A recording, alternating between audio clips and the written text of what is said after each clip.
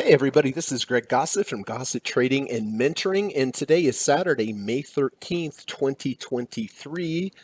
Hope you're doing well. Hope you had a good trading week, and thank you so much for coming and visiting me for today's market review of last week's trades.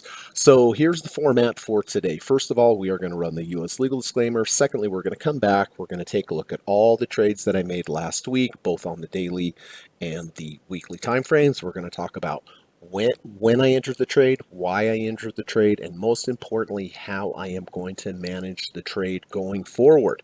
Hopefully that will help kind of give you an idea of how I look at support levels, how I set end of day stops, position size, how I set emergency stops, looking for overhead resistance levels. But generally, when it comes to my type of trading, and I've been doing this for 28 years, what I like to look for, I like to look for major support levels to the downside that are rejected, that give me a good risk to reward ratio. I have to position size correctly based upon the volatility of the market. It's very important, and I will go through that with you today.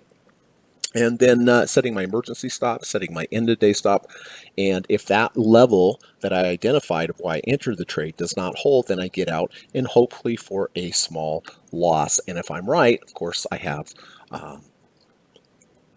larger gains that I can make, because that's the profitable trading. If that's profitable math and the calculus of profitable trading is having a good risk to reward ratio, position sizing correctly. If you're wrong, getting out quickly with a small loss, and if you're right, having a process that you can follow that allows you some outside gains to the upside. And that's what it is. That's really what it is. So I'll show you everything today. So after we go over the current trades that I have, we're going to do a quick segment on trader psychology, always the most important skill in trading, the ability to create a plan and then follow that plan without letting your emotions get amplified with your wins, with the gains or losses on the trade. So it's very important to have a process to follow.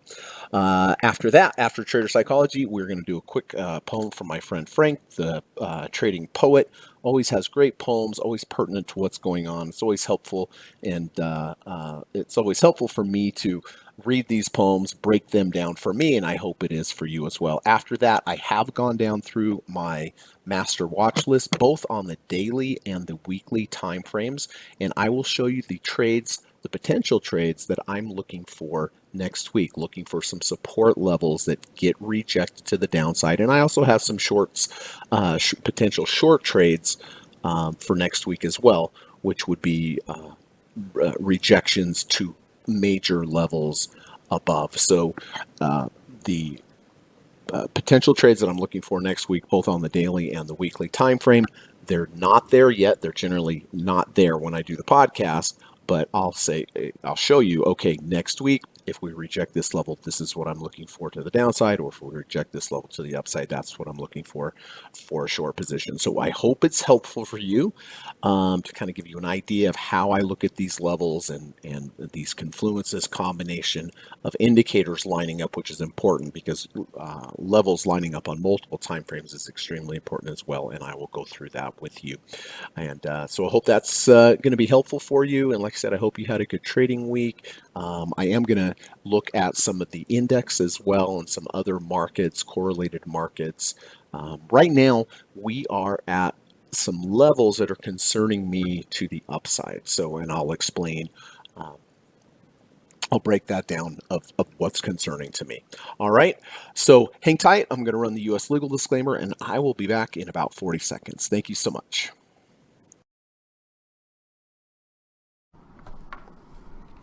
This video or live broadcast, like all instructional materials produced by Gossett Trading and Mentoring LLC, is created and published for informational and educational purposes only.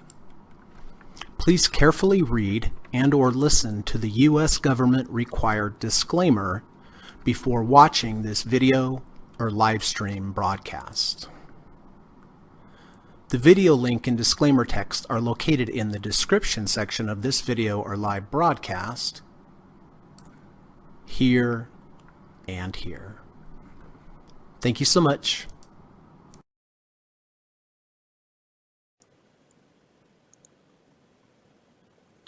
All right, here we go. So both daily and weekly timeframes. First one that I'm going to go through are the daily trades, and exited a lot of trades last week, so don't have quite the amount of positions that I normally do, which is good. Kind of dovetails with my premise that we may be near a top here. Don't know that for sure, but that's kind of what my experience and what the technicals are telling me. But let's start off with Exxon. All right. So I mentioned at the beginning of the podcast, I look for major levels of support to the downside that get rejected. The 200-day moving average is always a very good level. It's kind of a magnet for buyers. So here on the 11th of May, we came down and we rejected, or we bounced right at the 200-day moving average. You see the 200? It's the black line right here. This is where a lot of large institutions come in, experienced traders come in. They know that this level, the 200, there's also the 250 SMA, there's the 300 SMA, there's the 30 RSI.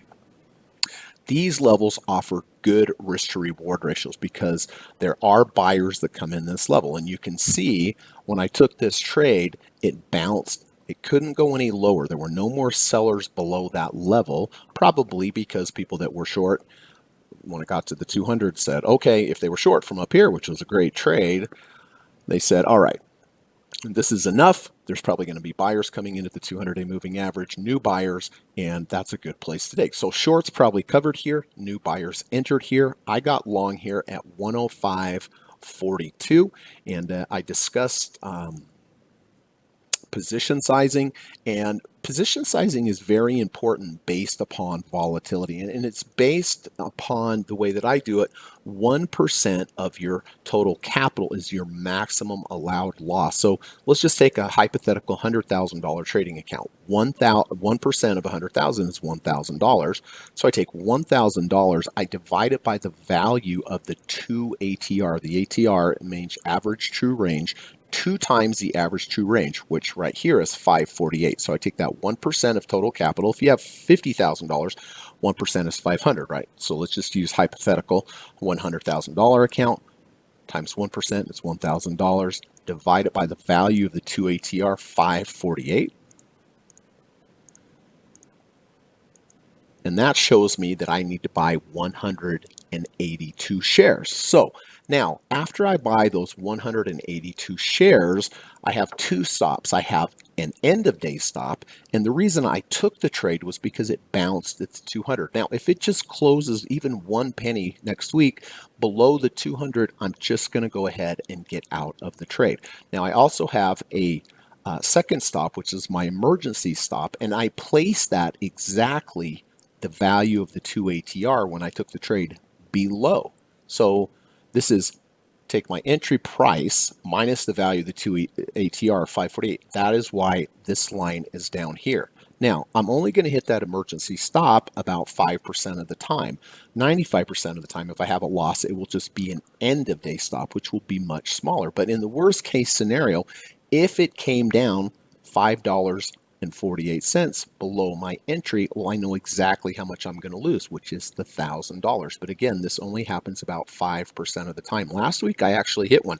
Haven't hit one in a long while, but I did. So the nice thing here is regardless of the percentage move, that if you go down to your maximum allowed stop, you're still only losing your maximum amount, which is 1%. So it just kind of makes trading kind of easy, because in the worst case scenario, yes, I know I'm going to lose $1,000, which is only 1% of my account.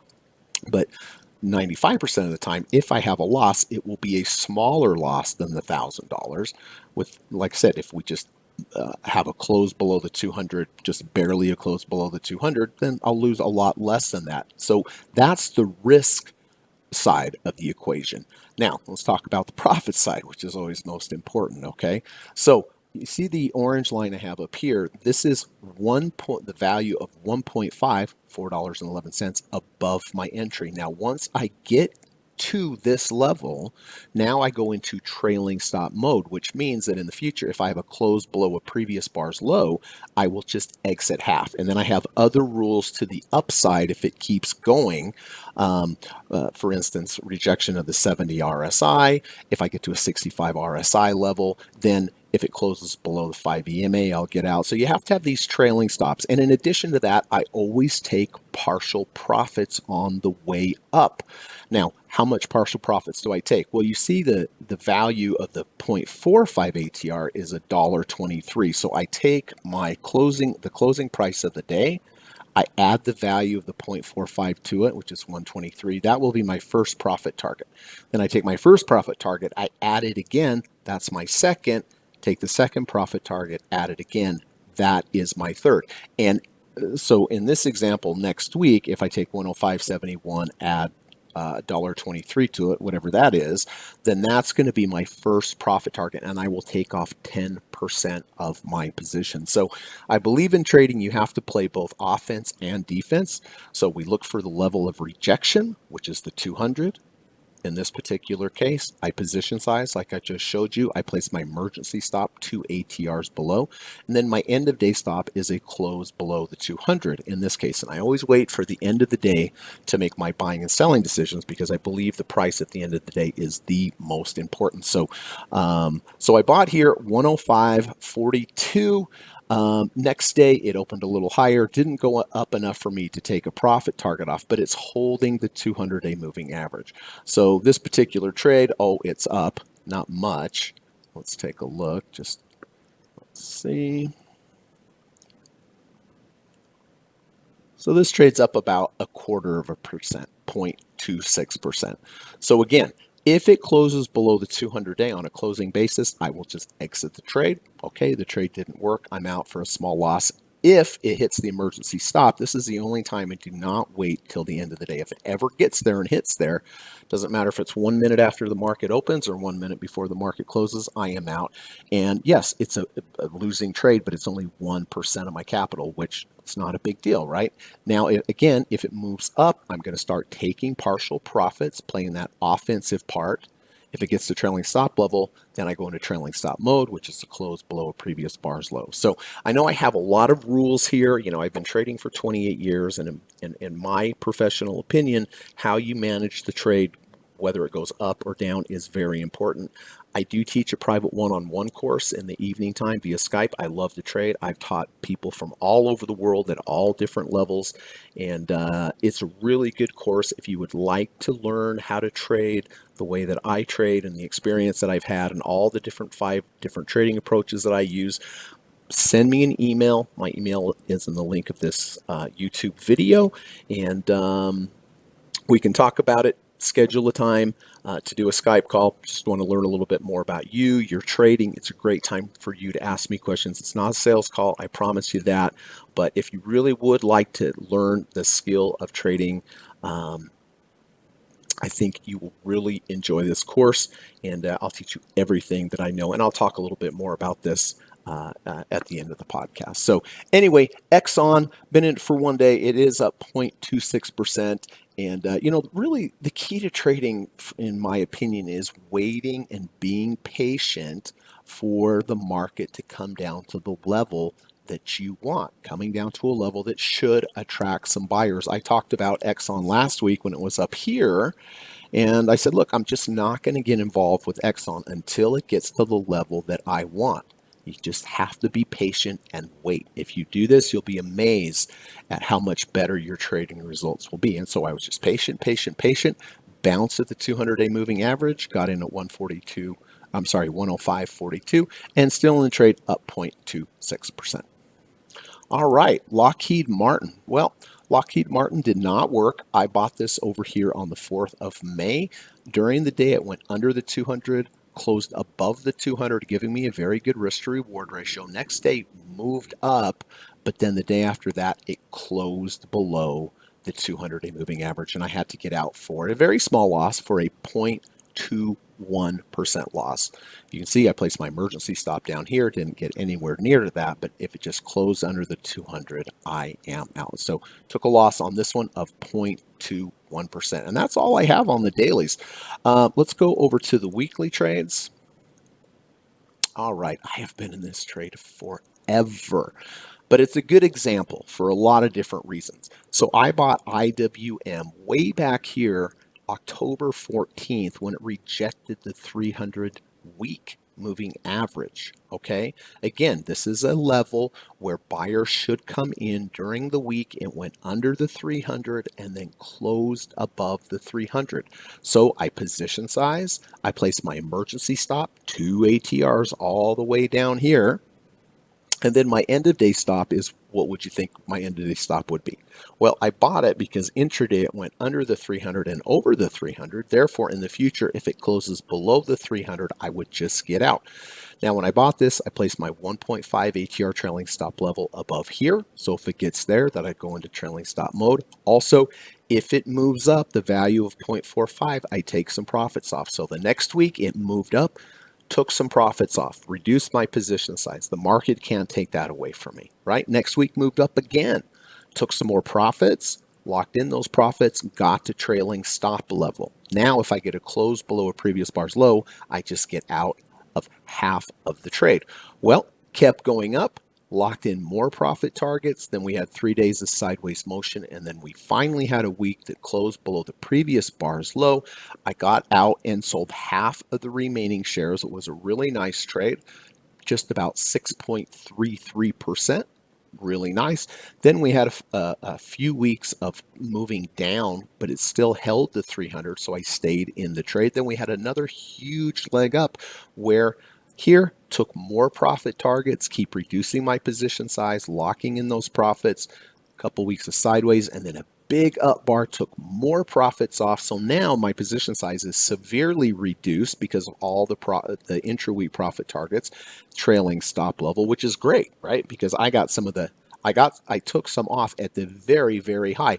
Well, we haven't done so hot tamale since then. We've come down, down, down, down, down, down, down. You can see here it bounced at the 300, but held a position. Here, intra-week rejection of the 300, but closed above, so I held a position. Next week moved up, took some more profits off.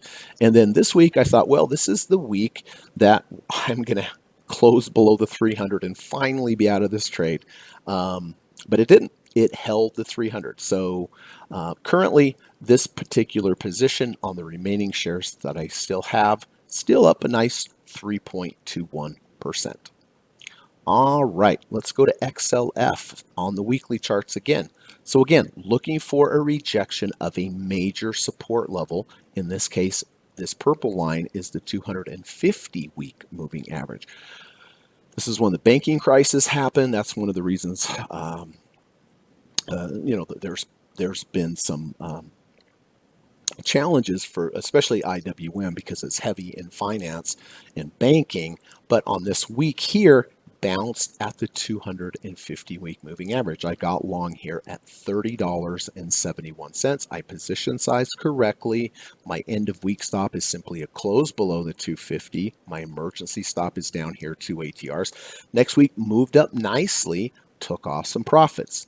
Next week, nothing. Next week moved up again, took off some profits, and I did get to trailing stop level, which is 1.5 ATRs above. Now, that means in the future, if I have a close below a previous bar's low, I will just get out. Well, we got here. Here we went below, but recovered at the end of the week, closed above the low. Last week went way low, but still closed above the previous bar's close, so I'm still in the trade. This week was down also, but did not close below a previous bar's low. So this particular trade has come back down, but see, you can see why I'm glad that I took profits when I had them. This particular trade in the money, 3.79%. All right, Pfizer. Pfizer. Bought Pfizer last week here with an under 30, over 30, and a rejection of the negative third ATR channel. Very strong setup. Got long here, 38.44.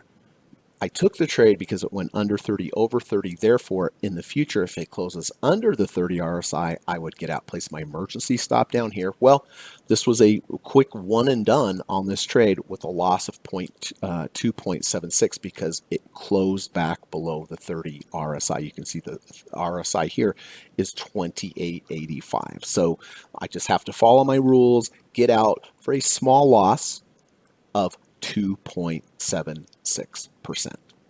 All right, so just recap. XOM, On the daily, up 0.26%. Lockheed Martin had a loss of 0.21%, right? But small losses. But I guess the thing I want to show you here is that when I'm in a profitable trade, I can be in for a long time. But when I'm in a losing trade, I get out very quickly. And that's what you should do in profitable trading. Just like this Lockheed Martin trade. I was in 2 days later. I was wrong. I was out. IWM, been in this one a long time, took lots of profits. This one's up 3.21% on the weekly. XLF, up 3.79% on the weekly. And then Pfizer, another good example of when I'm wrong, being wrong quickly, right? I was only in this for 1 week. It just didn't work. But if I was right, I mean, I could have been in this for 3, 4, 5, 6, 7, 8, a couple months, 3 months, right? And that's the key to profitable trading. Being very impatient with your losers. I was very impatient here, right? 1 week, didn't work, boom, out, that's it. Had I been profitable and we had a nice trend up here, I could have been in this for multiple weeks or months. But that's the key, being very impatient with your losers and very patient with your winners. All right. Well, let's do a little on trader psychology. This is some Trading Composure over on Twitter. Great channel. Always posts great information on trading psychology. You can follow Trading Composure at Trading Composure over on Twitter. And let's see what Trading Composure has to say today. Not every day will be a profitable day in the market. That is true. I might add, not every week is going to be a profitable trade. Not every month, right? You have to understand that. This is a profession and game of probabilities. You're going to have some great days, you're going to have some great months, you're going to have some great years, and then other times you won't. So don't beat yourself up if you don't make money every day or every week. It's just a normal part of the process. So not every day will be a profitable day in the market. Set your expectations straight. Understand that you're not going to make every day. Don't be too hard on yourself if you don't. It's just part of the game. Maintain composure, of course. Very, very important. Manage your risk. Super important. Position sizing, in my opinion, is probably the most important thing that you can do. And that's why I showed you about taking your maximum allowed loss, 1% of your account, dividing by the value of the 2 ATR. That's what I do. It's worked out very well for me over over my lifespan of my trading lifespan of 28 years. But managing your risk, so important. Please do that. And then keep showing up, because you're not going to make money every day in the market. Sometimes you can get down. It's just part of the process, right? Championship sports teams, they don't win every game either, but they keep showing up. So set your expectations straight, maintain composure, manage your risk, super important, and please keep showing up. All right, and please follow Trading Composure over at Trading Composure on Twitter. Here's a poem from my good friend Frank. Great poet, great trader, great author, great musician, and I love that he posts poems every day. I don't know how he does it. What a skill to have. But today's market poem: adrenaline runs through a trader's veins, but it's discipline that keeps you sober and sane. Anticipating market action is the name of the game. A trade is just a passenger on the stock market train. Isn't that nice? Adrenaline runs through a trader's vein. Yes, it does. But you have to overcome that adrenaline, because it's discipline that keeps you sober and sane. And discipline means position sizing correctly, having a process, knowing your emergency stop is, your end-of-day stop is, and most importantly, following that. Anticipating market action is the name of the game. A trader is just a passenger on the stock market train. That's right. All you can do is look for those levels that get rejected, position size correctly, emergency stop, end of day stop, taking partial profits as it moves up, getting to a trailing stop level, and then if you have a close below a previous bar's low, getting out. That's all you can do. Set it up with what you can do in your control, and then after that, the market's going to do what it's going to do, and you just have to know what you're going to do. Regardless, when I'm in a trade, regardless of what it does, I know that's what I'm going to do. If-then statements. If it does this, then I'm going to do that. If it does that, then I'm going to do this. That's what you have to know. And whether you follow my process or anyone else's process, you have to know exactly what you're going to do, regardless of what the market does. All right, so thank you, Frank. Please follow Frank over at Franco MACD. Okay. Um, you know, I, I want to show you, before we take a look here, I wanted to show you about the market in general, specifically the NASDAQ. And what's concerning me here on the NASDAQ, the QQQs. There are a lot of divergences going on here. And again, this is, I studied one-on-one with Dr. Alexander Elder, and one of his favorite approaches is double tops with bearish divergences, double bottoms with bullish divergences. This is one of the 5 different trading approaches that I teach you in my one-on-one course. And Dr. Alexander Elder believes this is one of the most significant and accurate, powerful trading approaches, these double tops, bearish divergences to the downside. Well, look at the NASDAQ, the QQQ here back in March when we were near the highs. Do you see how tall the green MACD bars are? This is showing a lot of upward momentum. Then we had a pullback. MACD went red. But now look at us here. Do you see how we're higher here than we were over here? But look at the green MACD bars. See how they're lower here than they were over here? This is showing that we're running out of upward momentum by the fact of the MACD here. We're running out of upward momentum. We're basically running out of buyers. Even though we're higher than over here, MACD is indicating that we are running out of buying fuel. And if you run out of buyers, well, you're probably going down. So this is very, in my opinion, bearish. Now, on top of that, look at the trend lines here of this channel. Here's a high, dovetails with this high here, and then going on into the future, that is most likely going to be a level of resistance. And look, on Thursday, we tried to get above it, closed below it. On Friday, we tried to get above it, closed below it. So this is a very important level of resistance, and good chance. I mean, we could break back above it, there's no doubt about it, but because of the double tops with the bearish divergences, because we've hit the channel here and had a reaction to the downside, I might also add that there's another type of divergence here. Look at the high we have here. Look at the RSI, very high. Then we got higher over here. Look at the RSI, much lower. That is a RSI divergence in addition to the MACD divergence. And I have another divergence for you. Here at this high, we were at the 3rd ATR channel here. Now we're higher. We're at like 1.25 or 1.5. That's called an ATR divergence. So we have massive divergences all over. We have a MACD divergence. We have an ATR divergence. We have an RSI divergence. We've run into this trend line channel here. This concerns me. It really concerns me. So keep that in mind. In addition to that, look what happened to the dollar on Friday. Broke out. I mentioned this abandoned baby back here. Abandoned baby is when you have a bar with a gap to the left and a gap to the right. This is very bullish.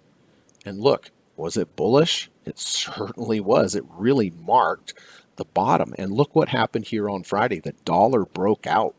The dollar is negatively correlated to the market. So generally when the dollar goes up, the market goes down. I want to show you back here, these abandoned babies, man, I'll tell you what.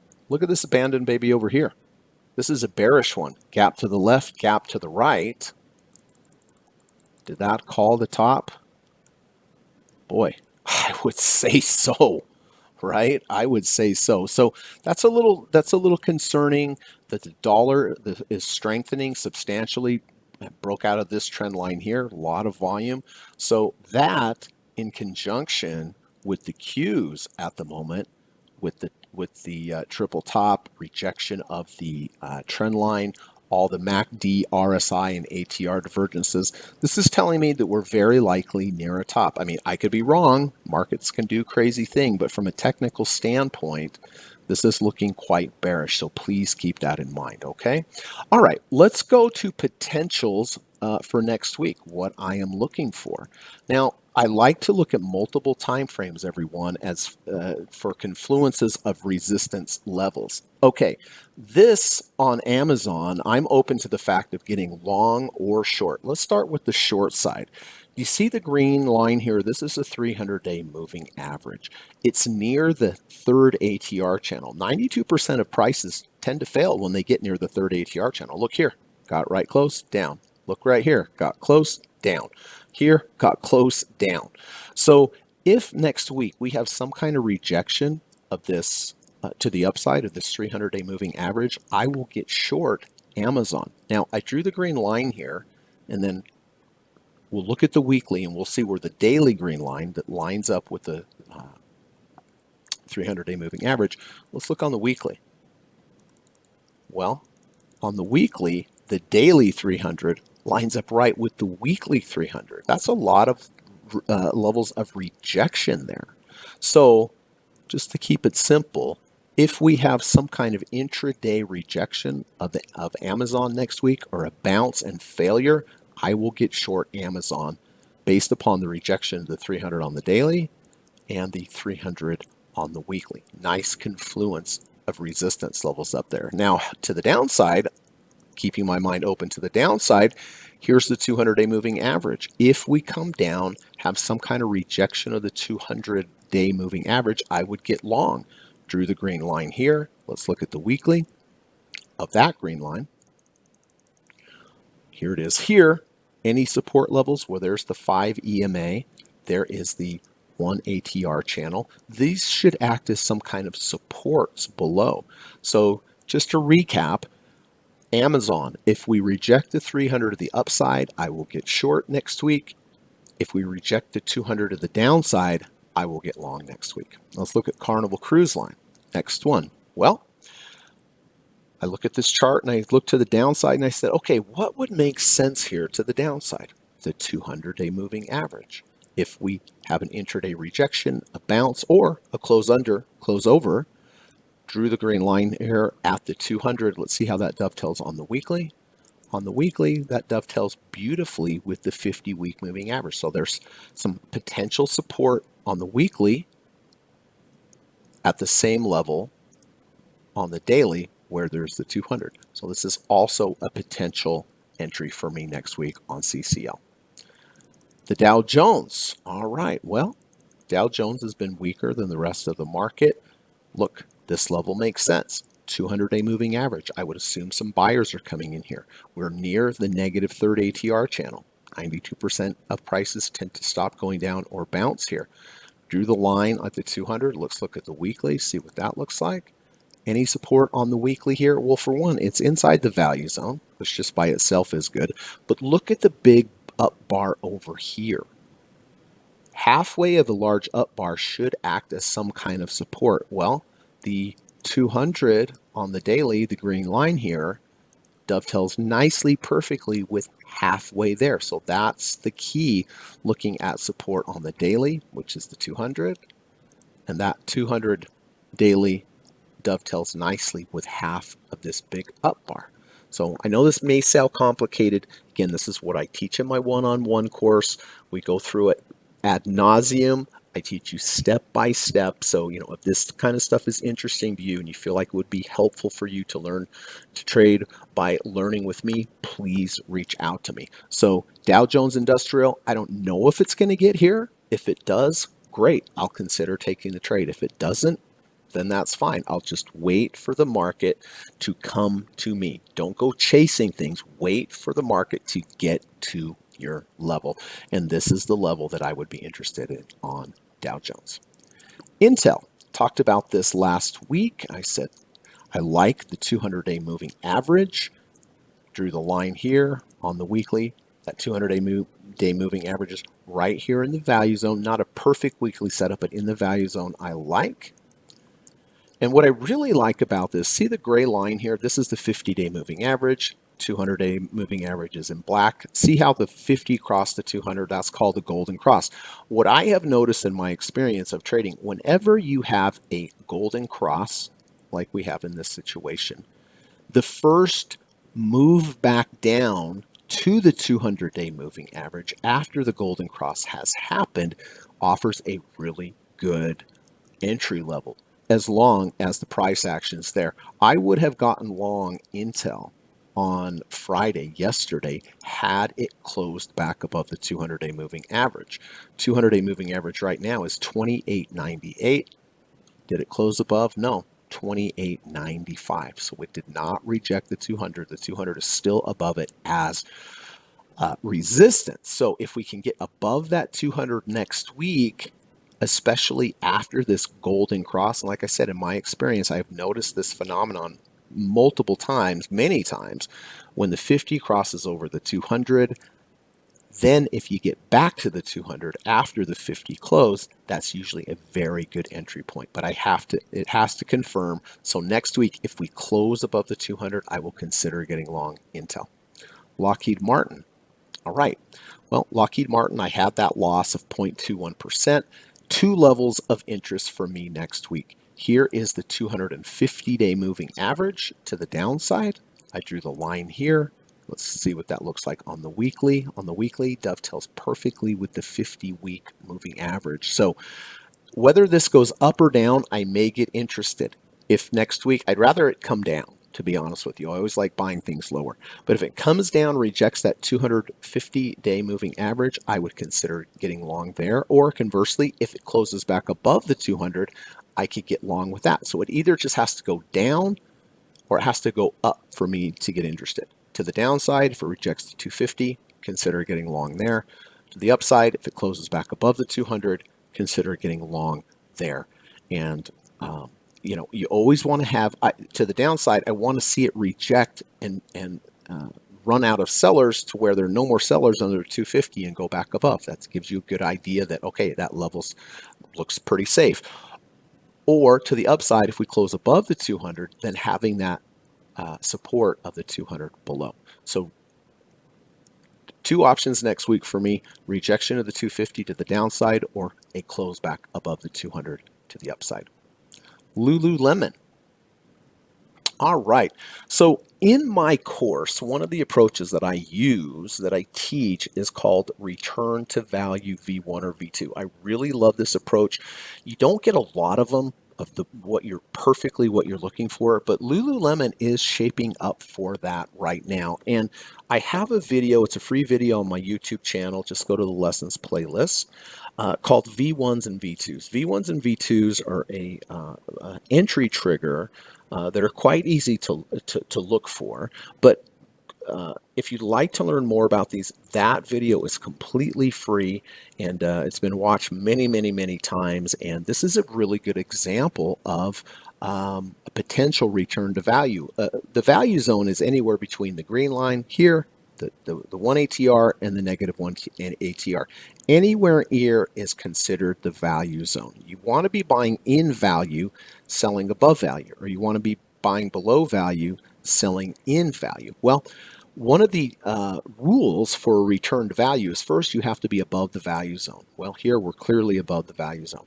Now you need to come into the value zone, but you need 2 days of sideways motion. So yes, we came into the value zone here, but now I need 2 days to show that there's some equivalent amount of buyers and sellers, that there's some stability. Well, the next day we closed above this low, so there's 1 day of sideways motion. Next day here we closed above this low, so we're above the value zone, in the value zone, 2 days of sideways motion, and when that happens, now you can set up for a V1 or a V2. This is setting up nicely for a V2. Here is bar 1. Bar 2 goes below bar 1's low. If Monday only, this is only a Monday trade. If Monday it closes above day 1's close of 377.32, I will exit the trade. So above value, in value, 2 days of sideways motion. Here's bar 1. Bar 2 has to go below bar 1's low, which it certainly did by a quarter ATR. So Monday only, everyone. If Lululemon closes above bar 1's close, which is 377.32, I would consider getting long Lululemon. All right. Southwest Airlines. Wow, man. Southwest has really just gone down and down and down. Look at this chart. I mean, Southwest back in 2021 was $64. Now it's $28.63. My gosh. So is it oversold? Yes. But I have to wait for a signal to get into the trade. What would be my signal? Well, right now we are at a 33.48. If next week, anytime we go under 30 and then close back over 30, that would be my entry. Okay, this is called the deep dip buy. Whether you use the 30 RSI, the 200 SMA, the 250 SMA, the 300 SMA, these are all considered deep dip buy approaches. And again, this is one of the strategies and approaches that I teach in my one-on-one course. I also have a great online course available on udemy.com. The link's in the description of this video, where I teach you how to trade the deep dip buy approach. Not as good as learning one-on-one with me, obviously, because you don't have someone there to answer your questions in this video, but it's a great course that only costs between $12 and $15, $16 on Udemy, and I teach you step by step exactly how to trade the deep dip buy approach, and this is exactly an example of that. So right now we're at 33.48. If we go under 30, over 30, I would consider getting long Southwest next week. Last one on the daily is XLE. 200-day moving average, the black line, is what I'm looking at. You can see we had a close under, close over. That worked out to be a good trade. We came back. It respected the 200 again, respected the 200 again. So there is support for this 200-day moving average at the moment, although we're not quite there. So next week, if we come down, reject the 200-day moving average, bounce, intraday rejection, or close under, close over, I would consider getting long XLV. I drew the green line here at the 200. Switch that over to the weekly. Is there support? Yeah, support of the 50-week moving average here in the 50 SMA. So on the weekly time frame, I do see support, but I have to wait for the trade to get there. I'm not going to mess with it unless I see some kind of rejection and support at the 200-day moving average, so I can set up my trade by position sizing, placing my emergency stop, and then, let's just say next week it comes down, goes under, closes back over nicely with a good risk to reward ratio. I'll take the trade. Doesn't mean it's going to work, but I've set this trade up, I've set the structure up, and the 200 gives me a good risk to reward ratio. So quick recap. Excuse me. Two options on Amazon. If we go up, reject the 300, that would be an area for me to get short. To the downside, if we reject the 200, that would give me an area to get long. Carnival, this definitely could happen next week, some kind of rejection of the 200 to get long. SPY has to move down significantly, but if we get there and reject that 200, I would get long. Intel, if we simply can close above the 200-day moving average, I would get long. Lockheed Martin, two options here. If we go down, reject the 250-day moving average, get long. If we close back above the 200-day moving average, get long there as well. Lululemon, waiting to see Monday trade only. If we close above Thursday's close at 377.32, return to value V2, that's what that's called. Southwest Airlines, and under 30, over 30, I would be interested in getting long there. And then XLV healthcare if we reject the 200. Now, there's potential that next week on any given day, all of these 8 potential signals could trigger. Does that mean I would rush in and buy all 8 of them? No. I would only buy one. I only buy one entry on any time frame per day. That's it. I don't care if 8 of them are they all trigger. I'm going to narrow it down to the best one. And how do I narrow that down? Well, which one looks best on the daily? Which one looks best on the weekly? Was there a V1 or V2 associated with something? That's going to add bonus points to that. How is the risk to reward ratio? So I want to be very clear. These could all trigger next week on the same day, but I would only take one, and I would get out my fine-tooth comb and narrow it down to the very best one, considering risk to reward ratios, multiple time frame supports, if there's a V1 or V2 interested. So you might say, well, I'm not really sure how to do that, but that is, again, what I will teach you to do in my one-on-one course if you're interested. All right, let's head over to the weeklies. Now, weekly bars close on Friday, so Friday is the day that I'm going to look for the potential entry. So let's start off here on the weeklies. Here we go. DDM, double leverage Dow. Well, here's the 200-day moving average. Down here quite a bit. I drew the green line on the weekly. So now I need to look at the higher time frame on the monthly. Well, in the value zone, inside this V1 bar, 50-week moving average, definitely potential areas of support here. So again, this is the key. This is the level that I want. I don't care what it does, if it goes up or anything else. The only level that I would be interested in is if we come down, bounce at the 200, intra-week rejected the 200, that's where I would get long. Then that 200-day moving average would be my line in the sand. If it doesn't get there, I'm not going to take the trade. I'll just look for another market that it does get to the level that I want it to get to. Doesn't mean that level will work, but it really increases my chances. So next week, if DDM does reject on Friday, because it's a weekly bar, if it does reject the 200, either it just bounce or it goes under during the week and then closes back over, that would be my potential entry on DDM, which is the Dow. Gold, GDX, excuse me, gold. Okay, 200-day moving average makes sense. Drew the line here on the weekly. Let's see where that dovetails on the monthly, the higher time frame, the 200-month moving average. That makes sense. So next week, if we come down, reject, bounce at the 200-day week moving average, that would be my potential entry. Russell 2000, I'm already in this trade.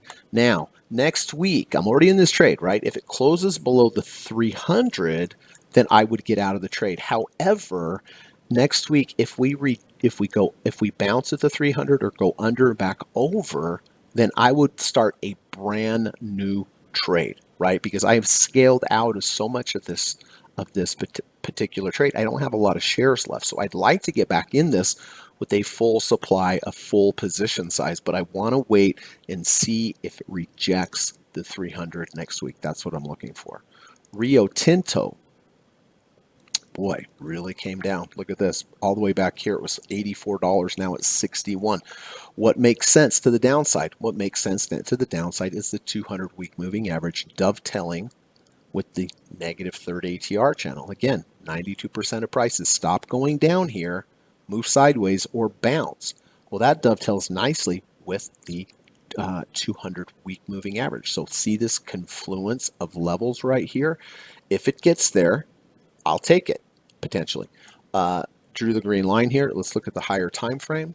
Oh, it dovetails perfectly with the 50 EMA, 50 SMA inside the big up bar. So that's the level. I hope it gets here. Sorry to those of you that own Rio, but me personally, love to see it come back down and reject this 200. That would be a great risk to reward ratio, great confluence of signal level to get into the trade.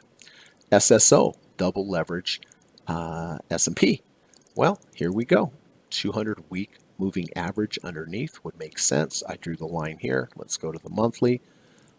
Halfway of the V1 bar. Again, this is what I teach in my private one-on-one lessons. This is a V1, bar 1 here. Bar 2 goes below bar 1, closes bar 1's closed. Stop would be halfway of this bar. That makes a lot of sense on the monthly time frame. Going back to the weekly, dovetails perfectly with the 200. So this is the level that I'm looking for, a bounce or intra-week rejection here. Tesla. All right. Tesla makes a lot of sense to me at the 250-week moving average. We look at this great trade on Tesla here. Close under 300, over 300. Look at this huge move you had with a great risk to reward ratio. Came back, pulled back, makes sense. It's natural, but the 250-week moving average here would make sense. It's inside of this large big up bar here. This would make sense.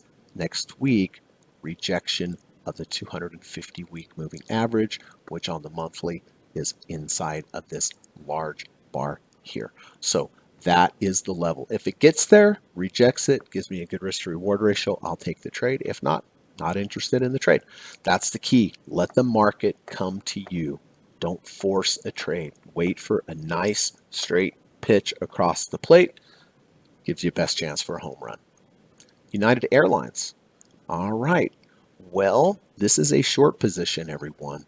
200-week moving average above. Is it going to get there? I have no idea.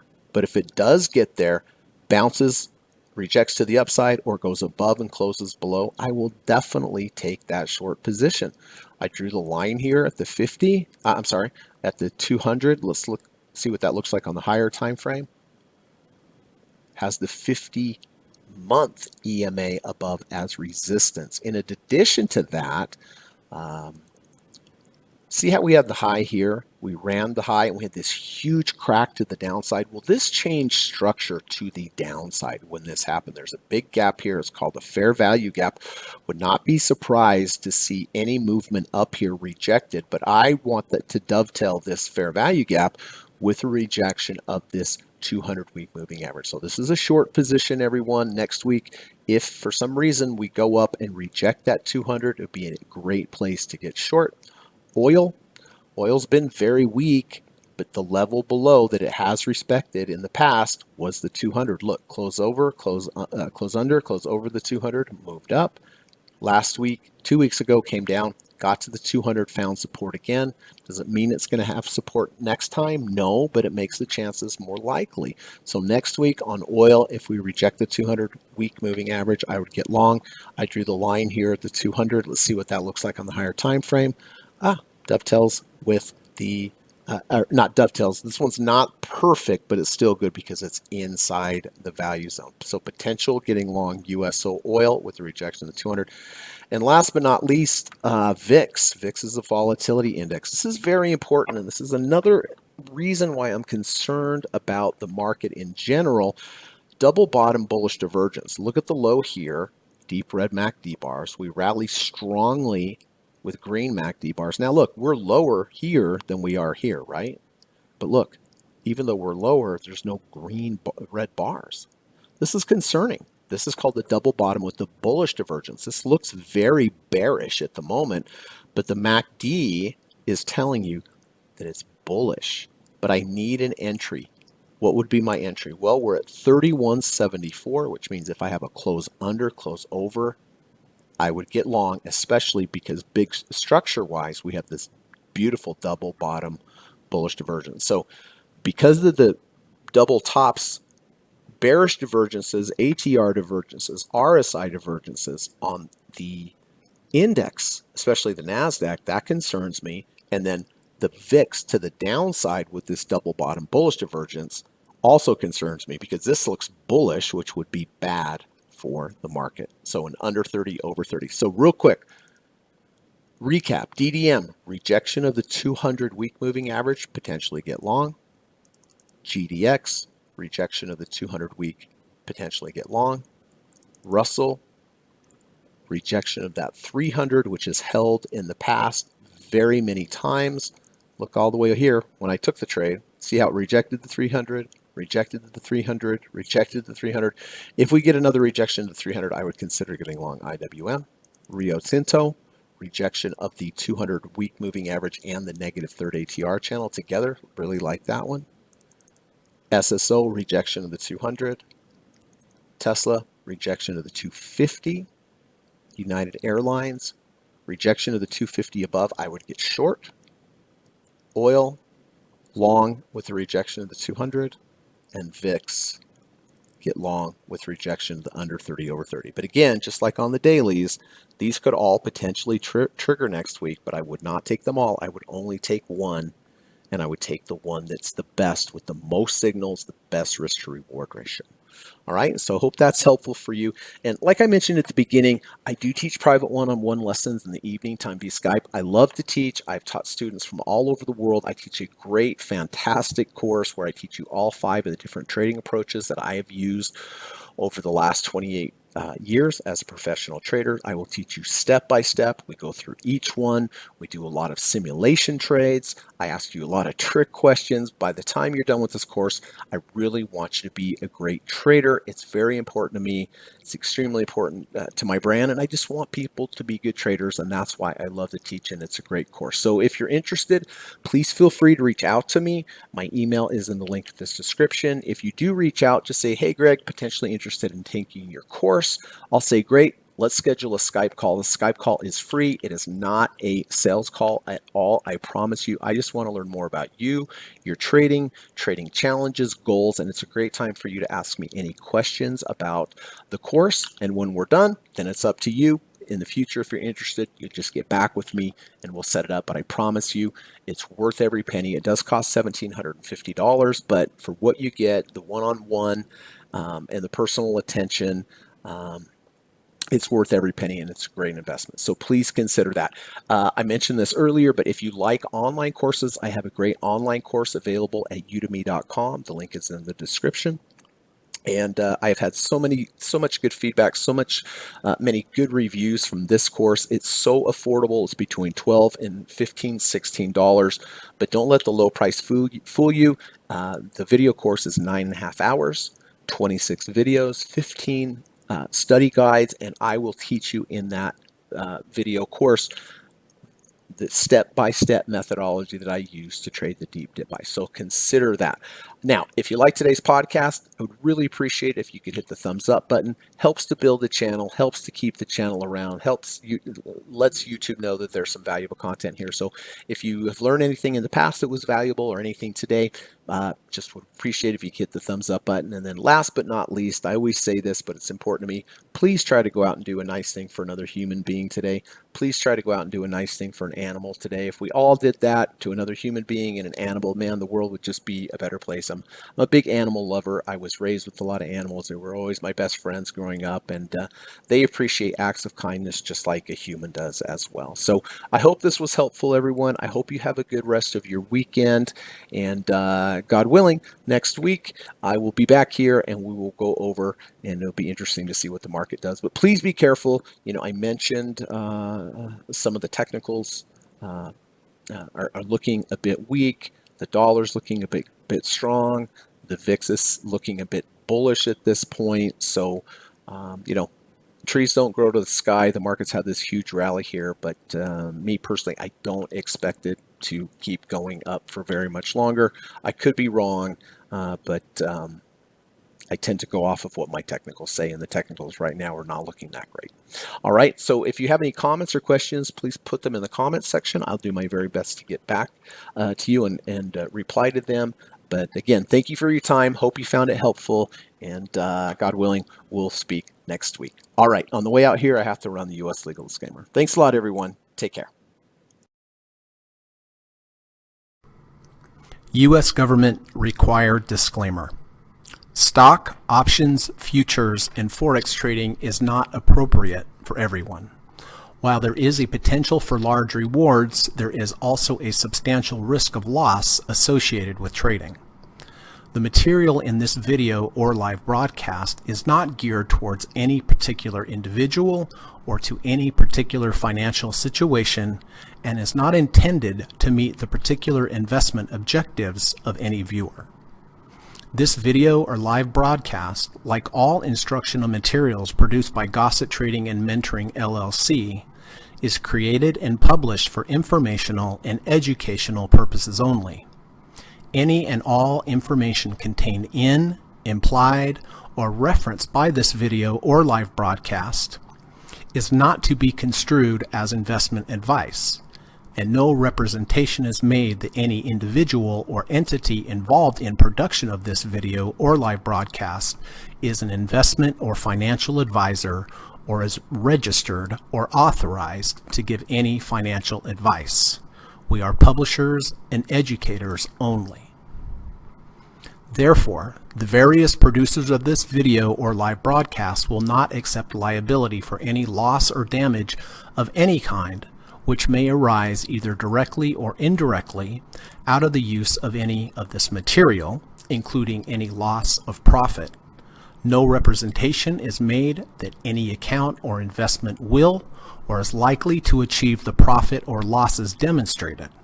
We recommend consultation with a licensed and qualified professional before making any investment decision.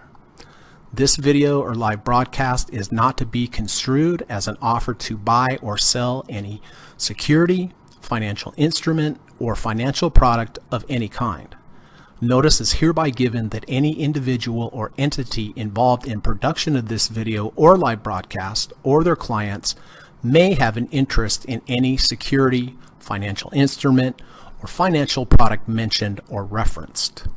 Any simulated or hypothetical performance result depicted does not represent actual trading and therefore may under or overcompensate for the impact of various market factors such as lack of liquidity.